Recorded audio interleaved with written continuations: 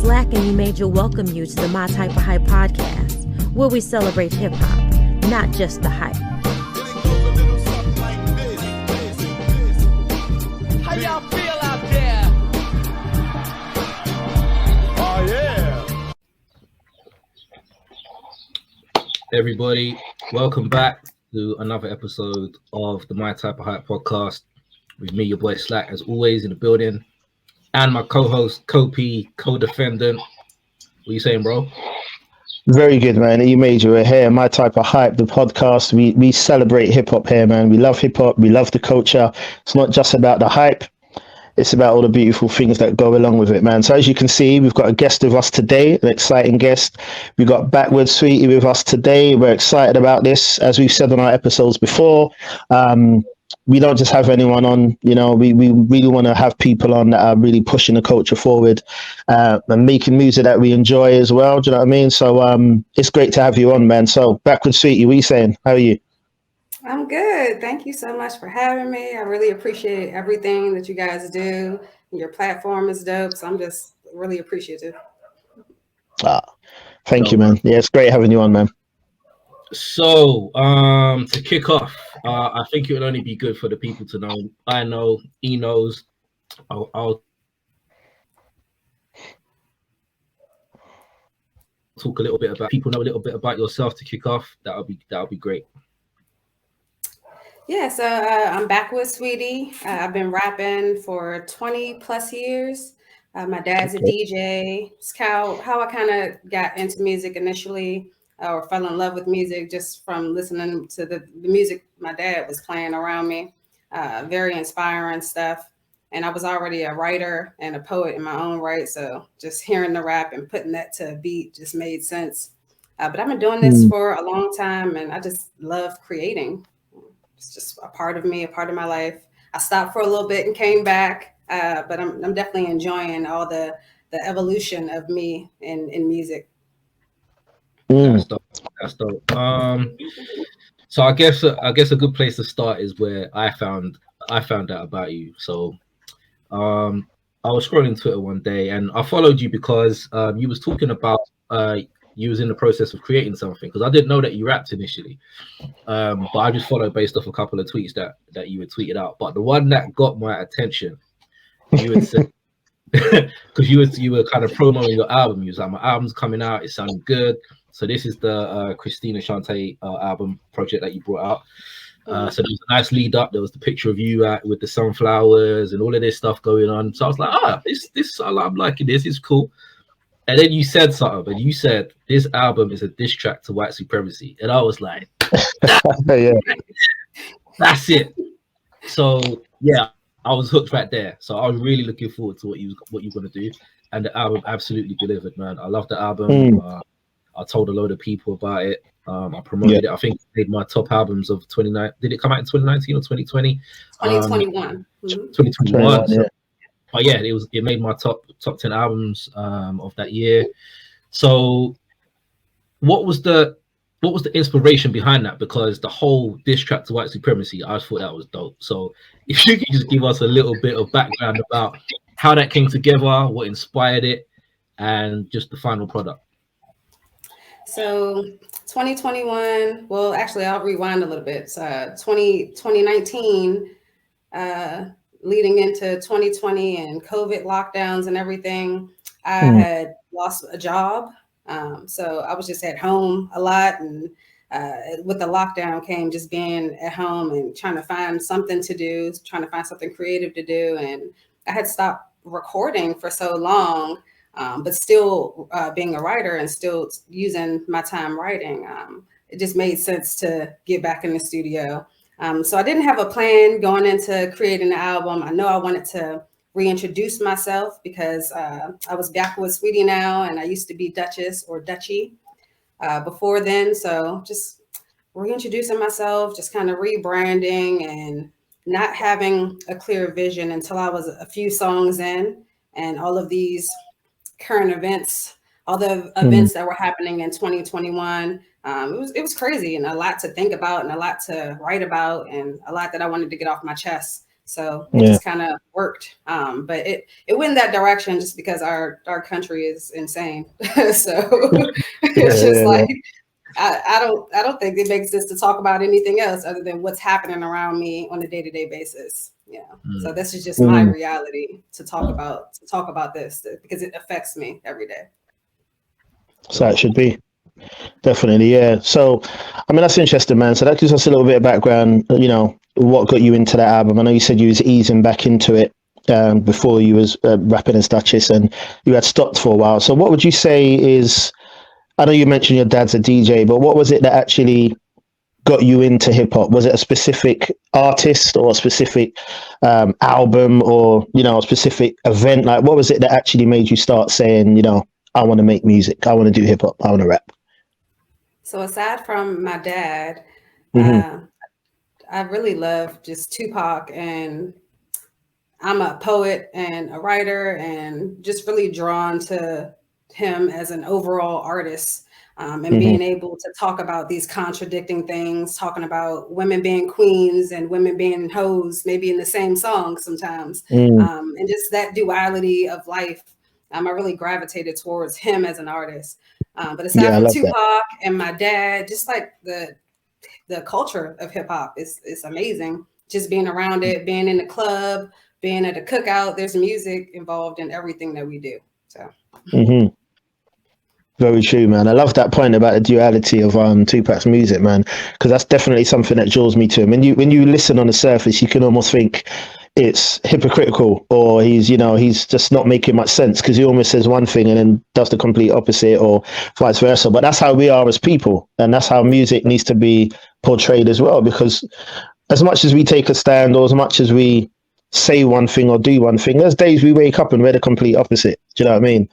So it's interesting that you made that point about his music. But yeah, that's interesting, man. That's cool. I like that, man. He's a Gemini. He made that clear many times. You know what I mean? He's like, one day I'm the coolest guy in the room. I could just be quiet and not say nothing. But it could be another day, and I'm the first guy that's running into battle. And you could literally hear that in his music. You can go from Dear Mama to Ambitions as a Rider. Do you know what I mean? Like completely, but the same artist. But it was good, like watching you. Also, his voice too. I really love his delivery and his rap voice. Yeah. And the first time I performed was at a talent show. In front of a large crowd, a talent show in middle school, and just actually hearing how I sounded, like hearing, like seeing the playback, seeing the recording, just like, wow, I kind of sound good, like delivering this. Yeah. Listen, I ain't just saying it because you're on. Yeah, go on. Sorry. Oh, okay, cool. Thank you, man. I ain't just saying it because you're on, because you might have saw me tweet it a few weeks ago. I was listing this people that's got some of the dopest voices in hip hop, and I listed you down, man. Like, your voice is sick. Like, your delivery, the sound of the voice. So I hear that, man. It's interesting that you made that point about just your sound and hearing it. You know what I'm saying? Yeah, it's important. Because I never knew. I might have seen that. Yeah, I never knew what to expect because I hadn't heard you rap before I heard the Christina album. So when I actually played it, it wasn't what I expected. Do you know what I'm saying? Yeah. So if I heard like No Name, for instance, like No Name's delivery is very kind of poetry, kind of softly worded, that kind of stuff. I was kind of expecting maybe you to be along those kind of lines because I was getting the whole kind of poetry vibe.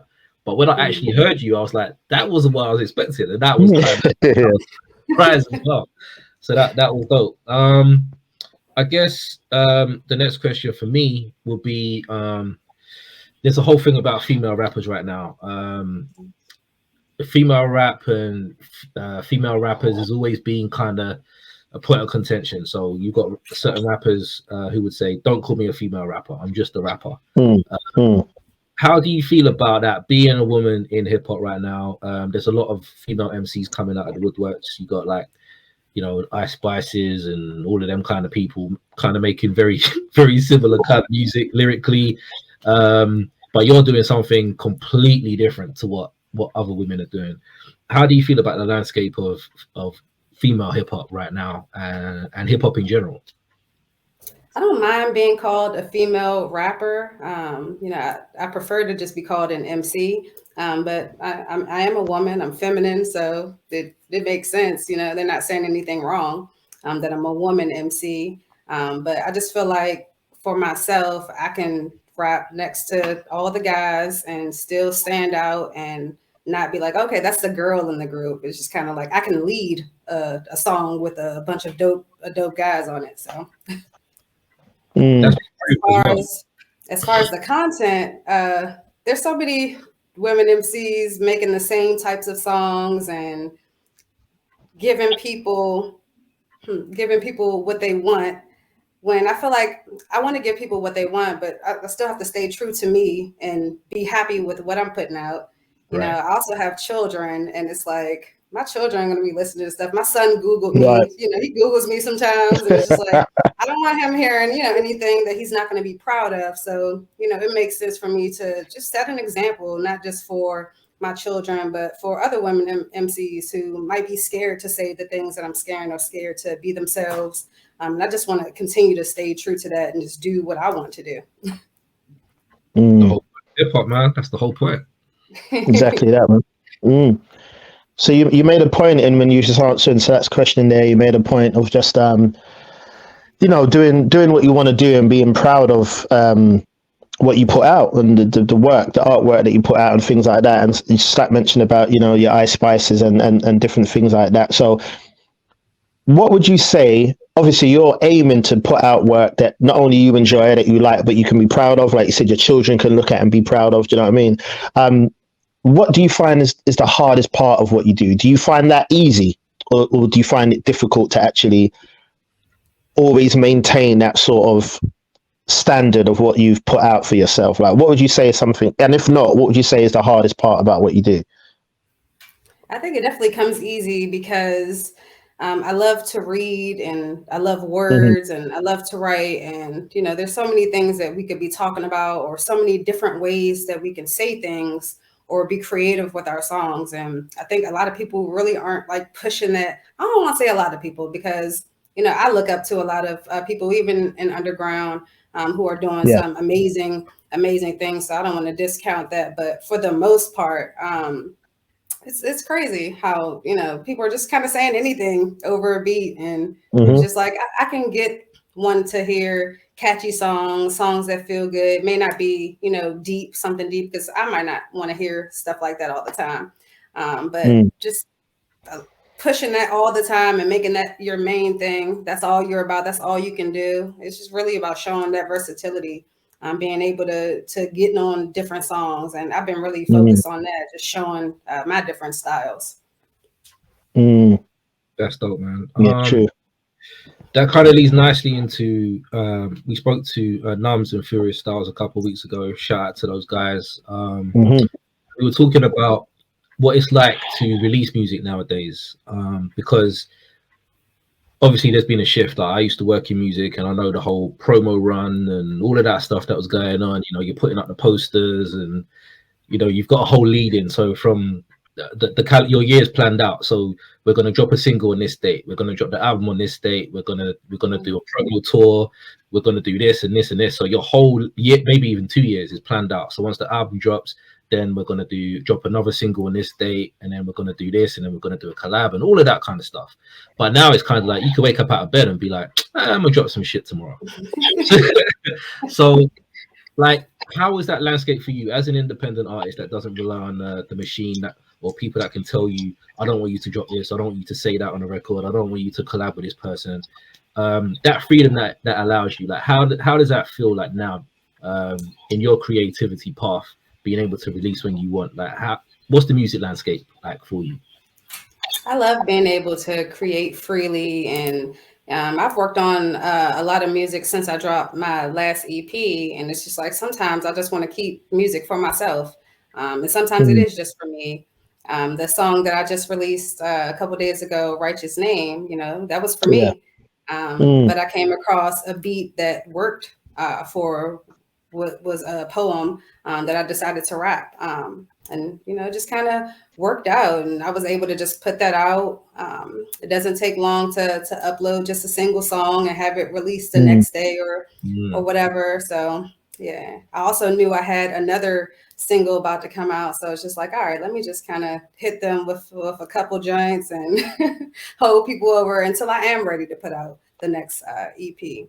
So it's definitely Yeah. like nice to just kind of move at your own pace, and it takes the fun out of it if you're feeling so stressed about meeting all of these deadlines and Right. why do I need to do Yeah. that? I 100. don't have a manager. It's like I'm managing myself and what I'm doing. So I'm just gonna move the pace that works for me.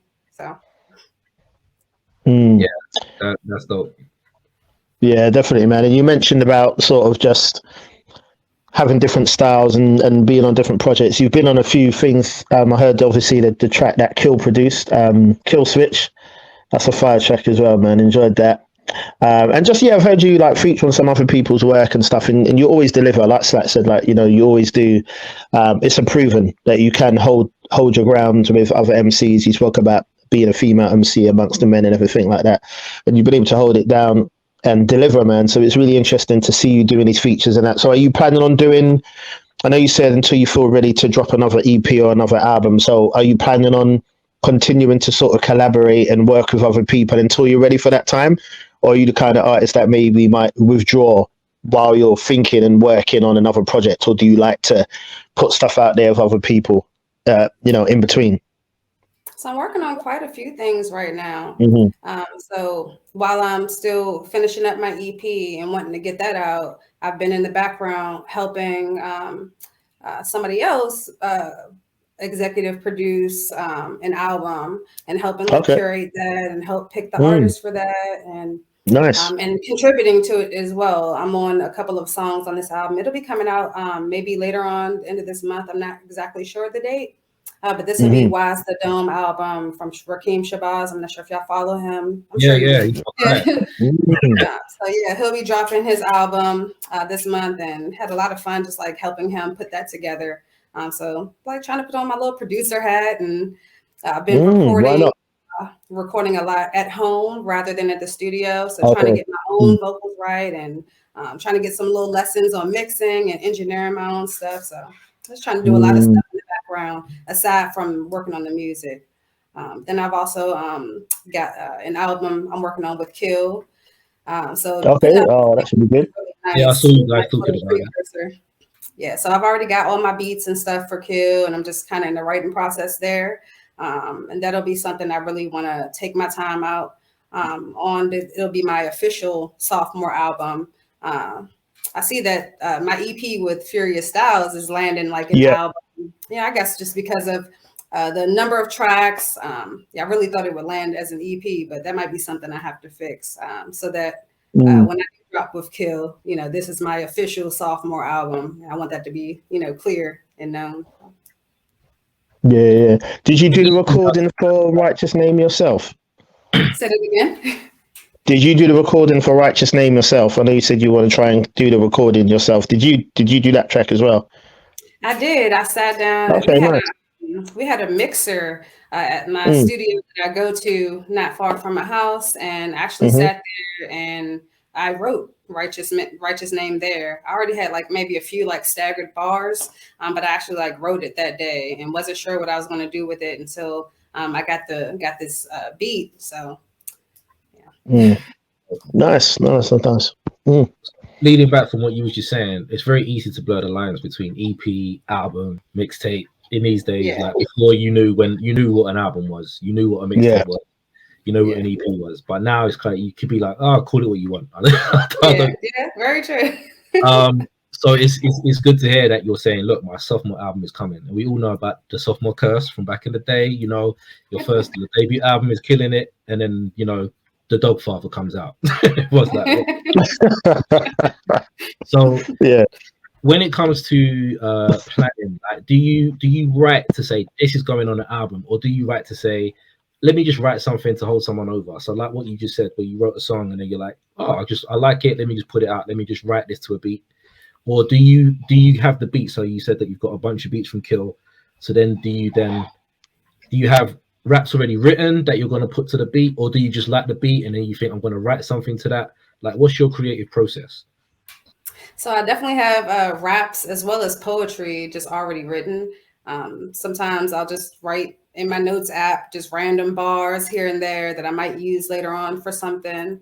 As far as the beats I have for Kill, they're just so dope. I just kind of sit with them and brainstorm, and yeah, that's my process with writing on top of beats. Sometimes I find it difficult to write on. Maybe it's not a beat necessarily for me, and this is just a producer who wants to work with me, and we want to collaborate.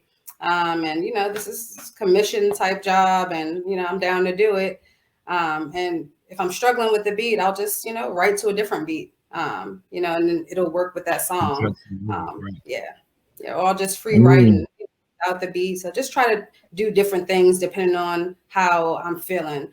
Sometimes I'll hear a beat and be able to write to it right away, but it's not always like that. So just kind of depends on the beat and how I'm feeling and what's on my mind. So a lot goes into it.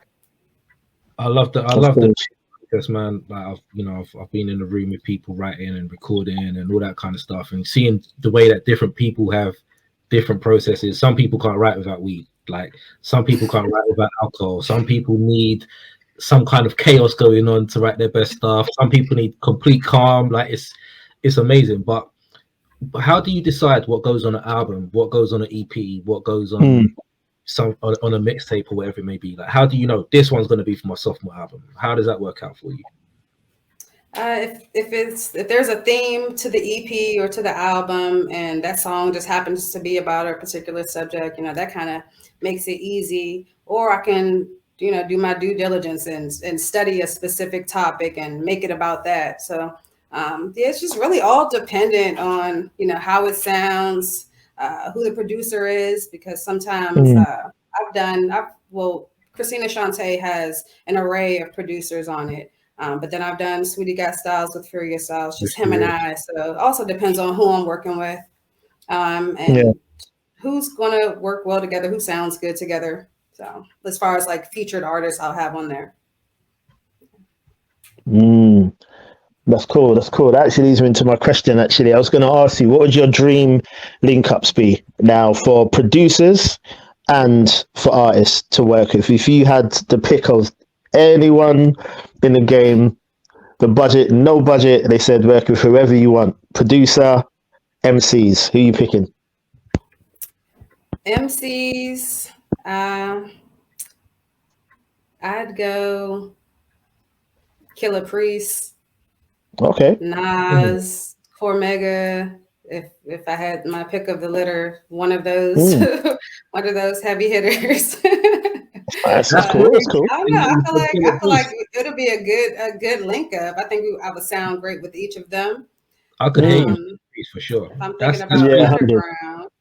So as far as underground goes, I definitely had last year. I had JR and King James high on my list, and now I'm working actively, with both of them.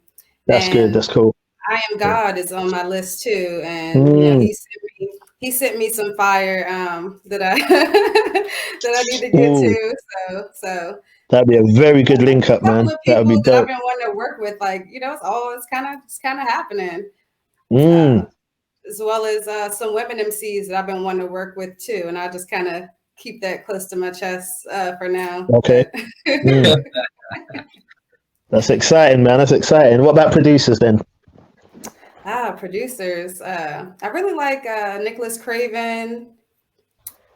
For me, it's a lot of underground producers and working with some new people, which I've been doing. I've been working with a lot of like younger producers, like 18, 19, 20, like young guys, just kind of getting started and just finding the benefit in us helping each other. Because I also want to relate to like a younger crowd, the 20s crowd, because they're all not going to relate to my music or want to listen to my music. So when I'm working with these, younger cats, it just kind of it brings a good vibe, and I get their energy and kind of see what they want and what they want to hear and get their feedback from my music. So, interesting, man. Each one, right? So how do you decide who you're going to collaborate with, and how does you make it work? Is it through social media? Is it through word of mouth? Like, how do you make that process in? I want to work with this dude. let me make it happen? How do you reach out to them usually? So with a few of the ones that I just named, like JR and King James, it was really about like showing them love and showing them support on their music and their projects, and really showing them that I want to work with them and, you know, sending them messages or whatever. Also reaching out to artists just through like mutual friends. I might not know somebody directly, but I'm like, hey, you know, see if such and such wants to work with me, or and the same thing when people want to work with me. Sometimes it's through like a third party, through a mutual friend, or they'll email me. I do have my link up on Linktree. So if you want a feature, you can just go straight to my Linktree and pay for a feature that way. You know, without the conversation, obviously we'll have a conversation after that. And, you know, it's still about me deciding if I want to work with an artist or not. I definitely think I'm really like, meticulous about who I want to work with. And yeah, because, you know, some people kind of like foolish. I be watching people, how they move online, and it's not matching the music that they putting out. So just really about observing how people move, and if they're really serious about what they're doing, if this is just for fun. I definitely want to work with people who are serious about this, but want to have fun in doing it. So yeah, that's dope. I mean, you touched on it, but what's, just to like, you know, elaborate on your answer, what's the kind of thing that would make you say, you know, I don't want to work with that artist? I mean, if they've gone through and like wanted to pay you and say, let's do this, like what would it be that would make you say, nah, I'm not doing that? Is it solely music? I mean, obviously not to put them on the spot, don't name names or anything, but I mean, would it be solely musical? Like, would it just be you don't like their style? Like, what am I asking? Do you have to like an artist to collaborate with them for you? yes, I think I would have to like them and like what they're doing and the type of music Like their that they're music. putting out. Their content is important. But if it's somebody new I'm familiar with, like I'm open, and I'm open to listening to different types of music, because I might have a song that people love, and then there's another one that, you know, people don't care for as much, and that could be the same thing with other artists. So just really being open, and just kind of taking a chance sometimes. Yep. Yeah, very true. Very true. I mean, who would have thought that Run DMC and Aerosmith, you know, would have exactly. So that mean, if someone came in the room and went, Jam Master Jay, how do you feel about working with Aerosmith? People would be like, what are you talking about? You know what I mean? But exactly, these things happen. So what does success look like to you? Like as a rapper today, people keep talking about sales and this and that, but so much goes into sales. You know what I'm saying? Like things like when it drops, do people like your other stuff? What's your demographic? Because if your demographic is men 30 to 50, are we buying music like we used to? Who's actually buying music nowadays? Do you know what I'm saying?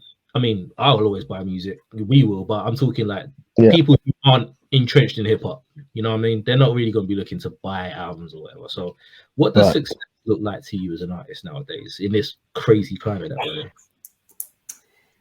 Success, you know, money plays a large role in so many different things and in everything.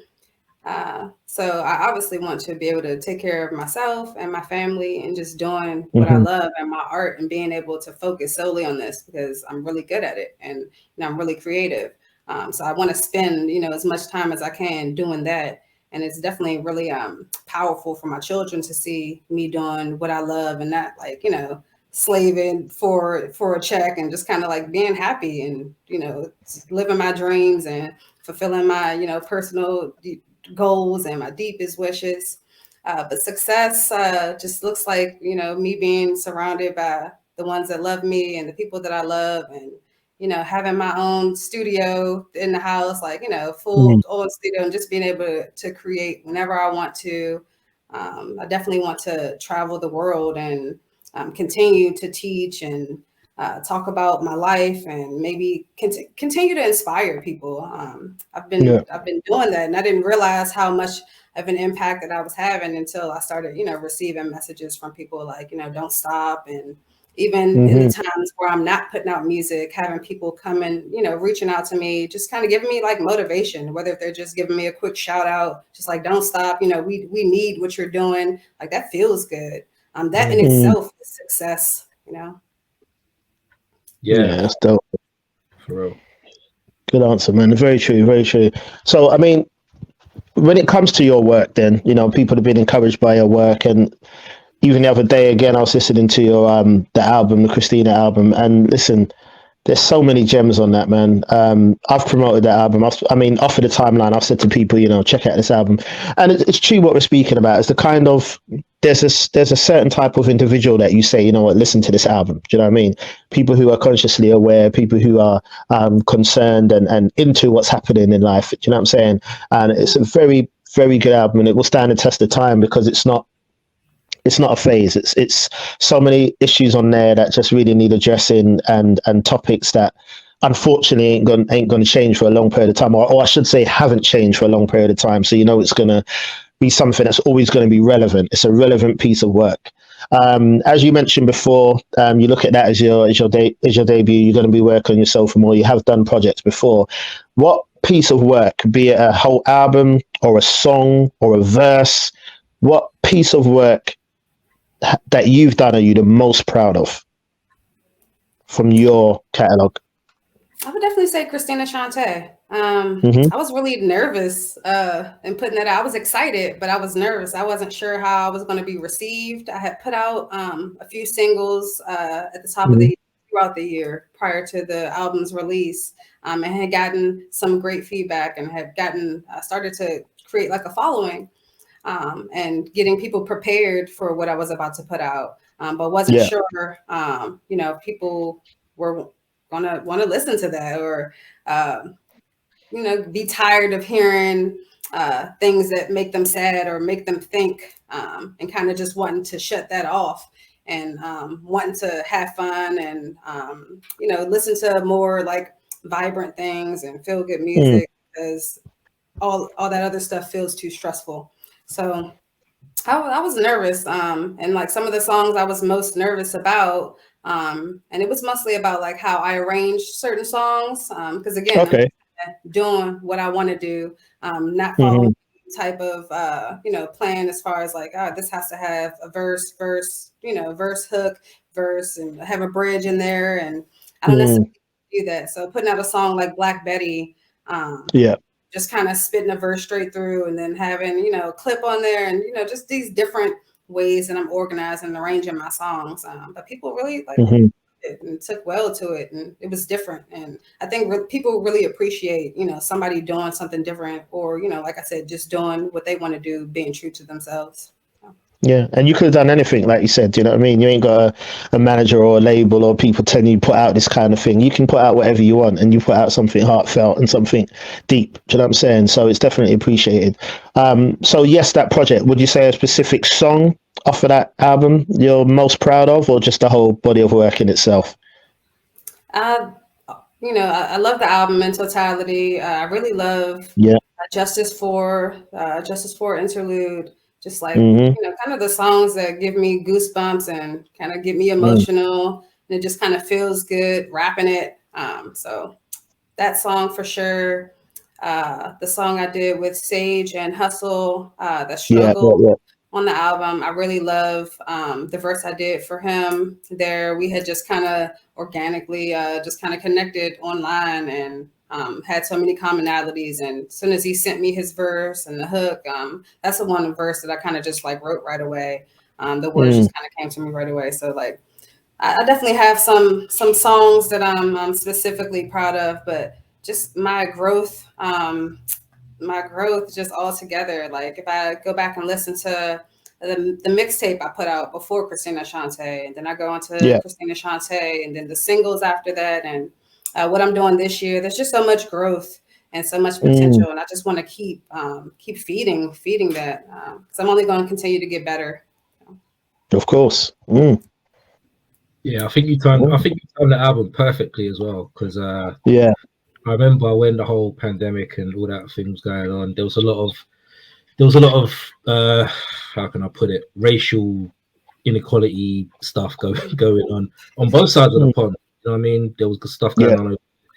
We had a lot of crap going on over here. We had like a race war in London in the middle of a pandemic, which is insane. When people should have been in the house, they were meeting up in London to go fight each other. But so your album literally dropped in the middle of all of this. So you literally couldn't have timed it any better. You know what I mean? Hearing that, Easton said it perfectly, because he said it's always going to be relevant, and that is so true.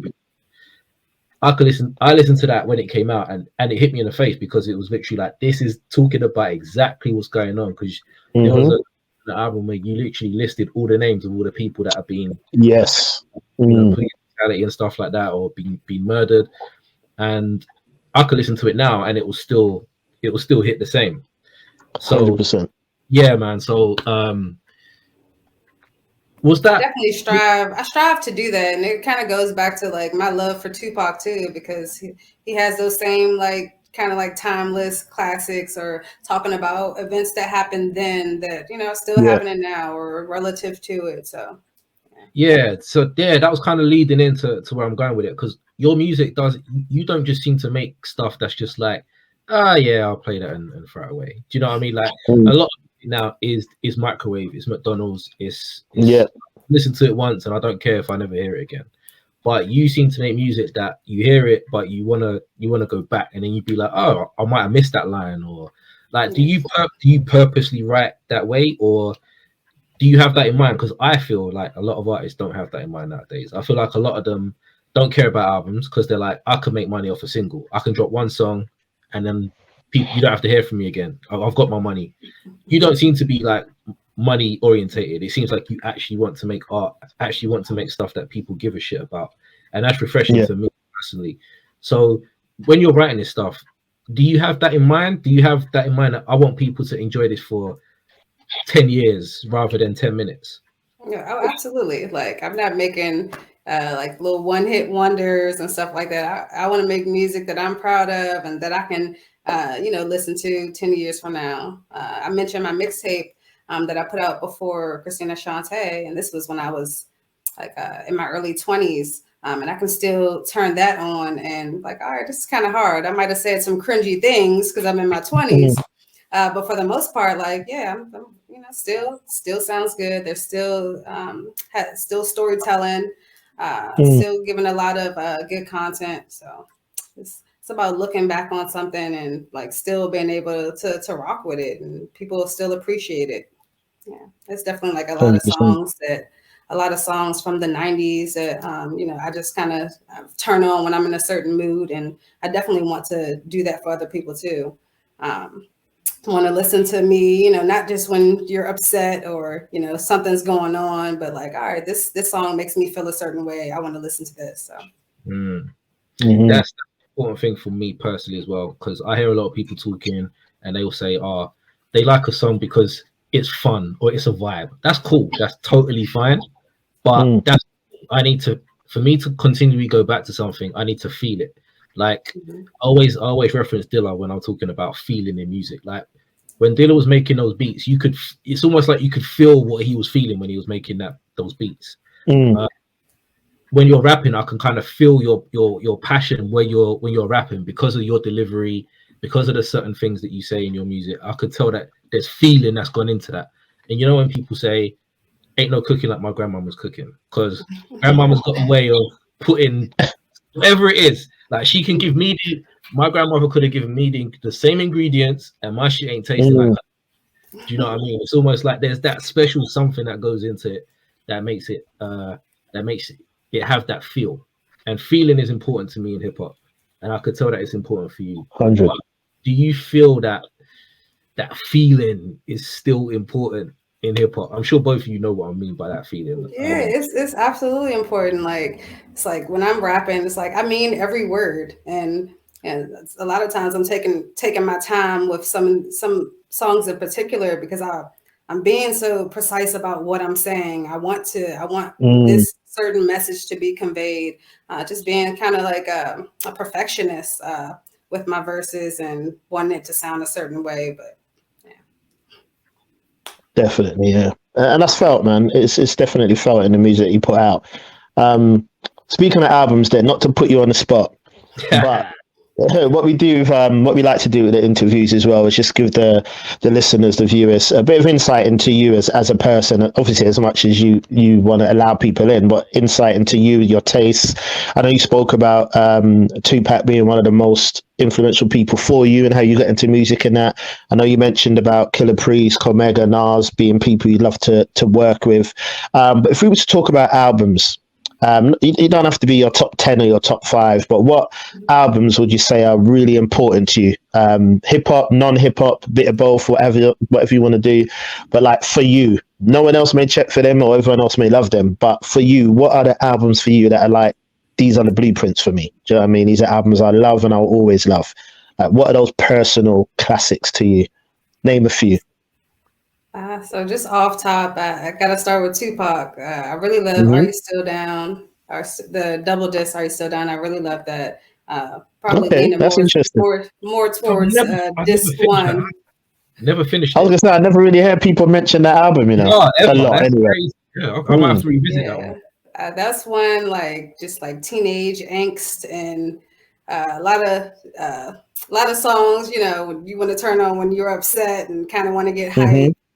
He's got a song on there called Hellraiser, and like, you know, when my mom and I would butt heads, that was my joint. Like, Mama Raise a Hellraiser.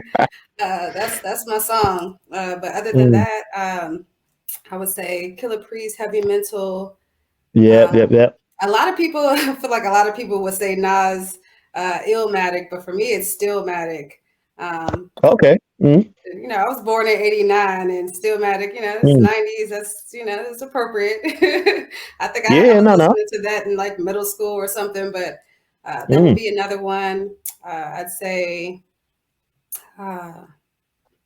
Lil Kim's Hardcore. I really love that album. Was it today? I was going to say, I literally put that out just literally the other day. That's actually mad. Yeah, I was listening to it.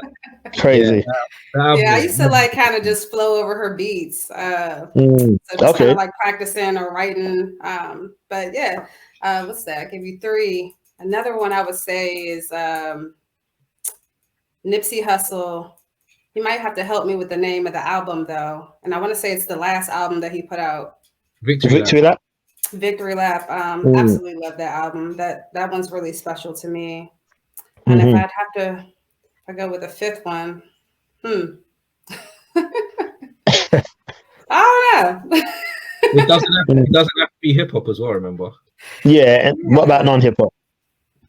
So non-hip hop, I think I would go with Alice Coltrane. I would go with Alice Coltrane and Journey into. Might need some help with pronouncing how to say this album, but it's Journey into something. But I really love that album too. I've been listening to a lot of just like outside of hip hop, it's a lot of soul and like neo soul and jazz and just like the real singers, like that feel good music. You know, the songs my mom play, or just the stuff that that you want to listen to when you're cleaning up. Just definitely. The feel good songs. So I listen to a lot of that, and just all of that. I'm liking that list, man. I'm liking that list. Yeah, there was a few surprises on there, so that's refreshing. Because usually you hear exactly it's the same. Better there. But yeah, there's a few albums on there that wouldn't be the usual pick. So yeah, that's refreshing to hear. Yeah, definitely, like man. Off top, like if I sat with this list a little longer, I'll probably give you some longer, more extensive list. But yeah. Yeah, man. All right. Slack. Anything else for the people? Yeah, man. I want to know. I guess my last question for you is: what does the future hold for Backwood Sweetie? Like, we want to know. I have literally since I followed you and followed your career, and you know, it just seems to be getting better and better. You're working with a lot of people that I really respect, like my man Kill, JR, as I said, is one of my favorite rappers at the minute. Ever since I heard him with Ransom, everything he does is just he's so precise. Like the stuff that he says, he's just very dope to me. King James, super dope. I Am God, like from Chicago, one of my favorite rappers as well. So a lot of these dope independent artists that I really respect. So what does the future hold for Backwood Sweetie? I'm definitely going to continue working with new people and people that I really respect and look up to. I really want to focus on getting visuals out. And it's something that I've struggled with, just kind of finding people who are professional and can work with me in that capacity. But now, our underground circle is growing, and there are people who, are shooting videos and stuff that I've been, talking to about linking up with. So that's something that I want to focus on this year.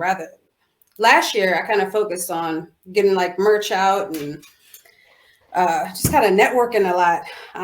Got back into performing last year. I found that I prefer to do something a little more organized, like maybe like a private show, something where it's just me and maybe not necessarily in front of a crowd.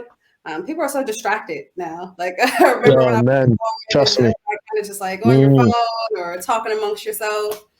So just kind of really grabbing people's attention back and putting myself in front of the camera because I'm really reserved and shy a lot of the time. So I really putting myself out there and really getting some visuals out because I know people want to see me and put the face to the music. So I'm looking forward to doing more of that. Yeah, that's cool. I did see when you had performed last year, because I do remember saying, good luck, and I hope, because you were saying that it's been a while since you had done a performance. So that's good, man. So do you plan to do any kind of, because you're going to have quite a bit of material to actually go through to put a show on. So is that something that's on the horizon for you, like looking at maybe a little tour with the DMV or something like that, maybe? I'm open to doing that, but I would much rather do some like some local open mics here and there. Know It All has his show, Scaring the Hoes, that he does. Yeah. In New York, and I definitely wanna like pull up one of those, whether it's to perform. I'm sure they would want me to perform, but come out to perform or just to support the other, support my peers. Love that the way that we all support each other. So just kind of going to those shows. And when I'm ready to tour and stuff, I'm definitely going to be trying to branch out and not be here so much, not be in this country so much. yeah. Definitely. It's dope seeing all of like the reach that I've been getting. Just able to see the breakdown from all of the streaming sites, being able to see where people are listening to me at, and it's it's that's true. Like I've been having a nice little reach, so it's nice to be able to see where people are listening to me, and now I know where to go. It's like, all right, this is where I'm going. That's a good point. What was the most surprising place that you saw on the list that made you think, damn, someone in Botswana's listening to me? What's going on? Well, it's actually this I forget his name. Somebody on Twitter hit me up and he's like, yeah, I've been hearing your music blasting on this South African block. And I'm just like, what? Wow. That's deep, man. The world's a small place now, man. It really is. It really is. That's dope to hear. It's nice. No, that's exciting, man.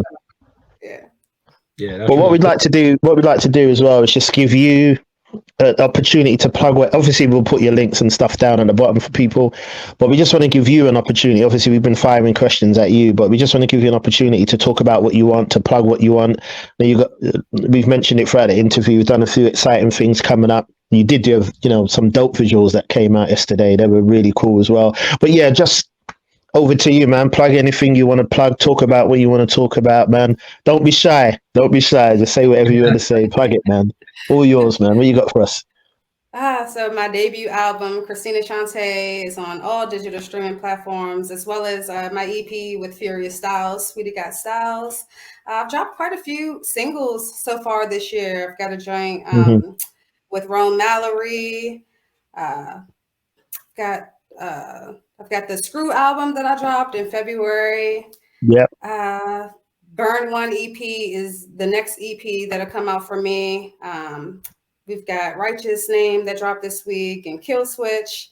And definitely like stay tuned for the Wise the Dome album. I really think like everybody is going to love it. It has a little bit of everything. Just like top to bottom, well-rounded album. Just like extremely excited to get this out and have people listen to it.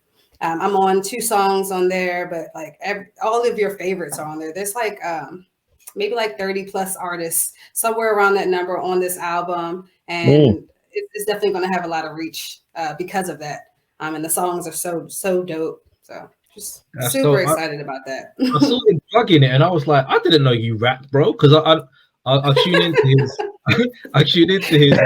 podcast, and he's always dropping some jewels on there. Like super smart brother. Like I love him. Like he's, we talk a lot on the timeline and stuff. So yeah, shout out to him. But I didn't know that he rapped. And then he put out. He doesn't rap. So Let me make that clear. Is he just curating? Like what is it? Because I was so surprised. Like he's narrating this. He's executive producing this. Oh, okay. And I'm helping him with that. And King James is mixing the entire album. Right. Various Styles did all the beats for the whole album. Right. But for the most part, a lot of these artists are artists that Rakeem's had on his show, had on the Wise the Dome podcast. So just kind of like the way in which he curated this is so dope. It's just like artists that he wanted to see work together. So it's really good. I'm really like impressed. Like he started sending me songs. I'm like, okay. He's a smart guy, so that doesn't surprise me in the slightest. But when I saw, because he dropped a list and he was like, I've got this person on my album, I've got that person, and I was like, is he joking or is he serious? But now that I know that it's actually coming, I'm excited to hear what's going on. So yeah, all the songs are finished, all the songs are mixed, and at this point, we're just kind of waiting for to pick the official release date, but it'll definitely be in May. Okay. So. Oh wow, perfect. Good stuff. Okay, we'll definitely check for that. That's exciting. Yeah, we'll support that, man. 100%. That sounds exciting, man. Perfect. So, what can we say? It's been an absolute pleasure to have. It has, man. You're welcome back anytime. You're welcome in the UK anytime to perform. Yeah, it's been great to have you on. We got a load of respect for Backwood Sweetie on the show. 100%. I've personally followed her 2 years or more, and yeah, I was blown away by the debut album. I plugged it a lot when it came out. Still listen to it a lot, and I'll still continue to plug it. I think a lot of the young people need to be hearing what's on there, whatever age you are. I think people need to hear other perspectives rather than I'm shaking my butt in the club and how wet my panani is. We want to hear some other stuff. That's so easy. That's so easy and lazy to do. Exactly. It was so refreshing just to hear like all the stuff you were talking about and the way you were saying it and everything. So I'll continue to plug that album. Follow her on Twitter as well. What's your Twitter handle, Sweetie? Let the people know. It's Backwood Sweetie. There's a number 3 instead of the E at the end of that. And on Instagram, Backwood Sweetie, just BACKWOODSWEETIE. And the same on Facebook as well. But yeah, all the links will be plugged in here, and I'm not hard to find. Perfect, man. So yeah, follow her for sure. Follow her music. We're going to put the links down below so you can check out all her stuff. As she said as well, there's a lot more exciting stuff coming, working with a slew of amazing artists, and it's brilliant that the hip-hop community is coming together the way it is. Love it. Yeah. Love it. Live and kicking. All these dope, talented people are coming together to make hip-hop, man, and it's beautiful to see because there was a long time where that wasn't happening as much. So it's great to see that the community is linking up, dropping dope music, dope projects, and it's brilliant. So thank you so much for coming on. Yes, anything we can do to support, we're here for you. So from me, your boy Slack on My Type of Hype podcast, and my co-host, co-defendant. Yeah. E Major, we here, man. Thank you. Backwood Sweetie, nothing but love. We're fans. We appreciate you being here, man. And as always, anyone who's tuned in, anyone who's liked, shared, retweeted, anything commented, we appreciate the life out of you, man. We thank you. So until next time, My Type of Hype, the podcast that celebrates hip-hop and not just the hype. Keep it hype. Stay well. Until next time. Peace. Peace.